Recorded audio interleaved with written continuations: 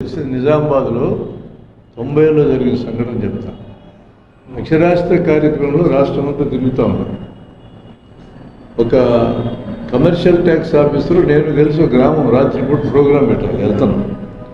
ఏం సార్ ఇక్కడ అంతా నక్సలైట్లు సార్ ఎక్కువ మంది ఉన్నట్టుంది, ఏంది పరిస్థితి అని అడిగాను.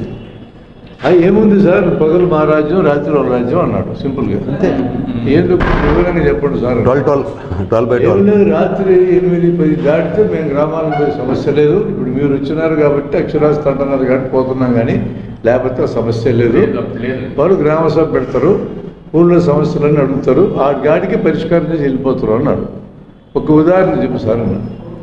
మా కమర్షియల్ ట్యాక్స్ డిపార్ట్మెంట్లో ₹1,00,000 ఎవడన్నా ఒక క్లర్క్ దిగమింగాడనుకో, మేమైతే ఆడిపై ఫిర్యాదు రాయాలా, నోట్ పుటప్ చేయాలా, పై ఆఫీసర్కి పోవాలా, విచారించాలా, అది తప్పని సస్పెండ్ చేయాలా. ఒక 1-2 ఏళ్ళు బయట ఉంటాడు, ఉన్నాక మళ్ళీ ఉద్యోగం వస్తుంది, 10 అరియర్స్ ఇస్తాము, జీతాలు ఇస్తాము, ఆ లక్ష్యం మళ్ళీ రాదు.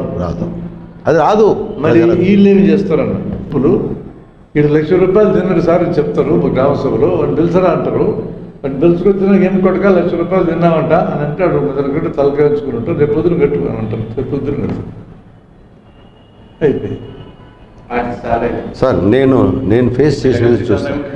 నేను ఫేస్ చేసినది చెప్తాను సార్. నేను కొత్తపల్లి ఎంఆర్ఓ ఆఫీస్లో 2.5 సంవత్సరాలు పనిచేసాను, ఇన్ఛార్జ్ ఎంఆర్ఓ గాను డిప్యూటీ తహసీల్దార్ గాను.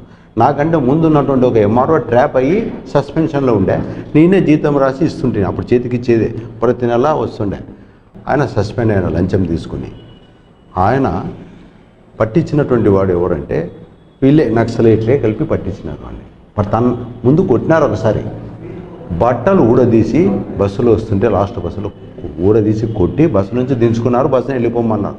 కొట్టి మొత్తం బట్టలని నిప్పేసి దిగంబరంగా ఇంక వెళ్ళిపోరు అన్నారు. తన్ని 8 కిలోమీటర్లు నడిచేవాళ్ళ దగ్గర ఊరు రావాలంటే, ఎర్రమఠం నుంచి నెక్స్ట్ మళ్ళీ ఊరికి రావాలంటే, వచ్చి అక్కడ ఎవరిని అడిగి ఏదో టవల్ కట్టుకుని మళ్ళీ నిదానంగా ఎవరు బండి మీదనో వచ్చినాడు. వాడు తన్నినారు, వాడి డబ్బులు మొత్తం వాపస్ ఇప్పించినాడు. తలారి ఉద్యోగం ఇస్తానని డబ్బులు తిన్నాడు. నువ్వు నక్సలైట్ అంటా నీకు ఇయ్యను అన్నాడు. నిజమే, నా డబ్బులన్నీ నాకు వాపస్ ఇస్తాడు అన్నాడు. సార్ ఆఫీసర్కి ఇచ్చినాక ఎట్లా ఇస్తాము, వేరే పని చేయించుకో అన్నాడు. అంటే వాడు పోయి వాళ్ళకి కంప్లైంట్ చేసినారు, తన్ని డబ్బులు వసూలు చేసినారు. వానికి ఉద్యోగం రాకపోతే వాడి డబ్బులు వానికి వసూలు చేసి ఇచ్చినారు, తన్ని పంపించినారు.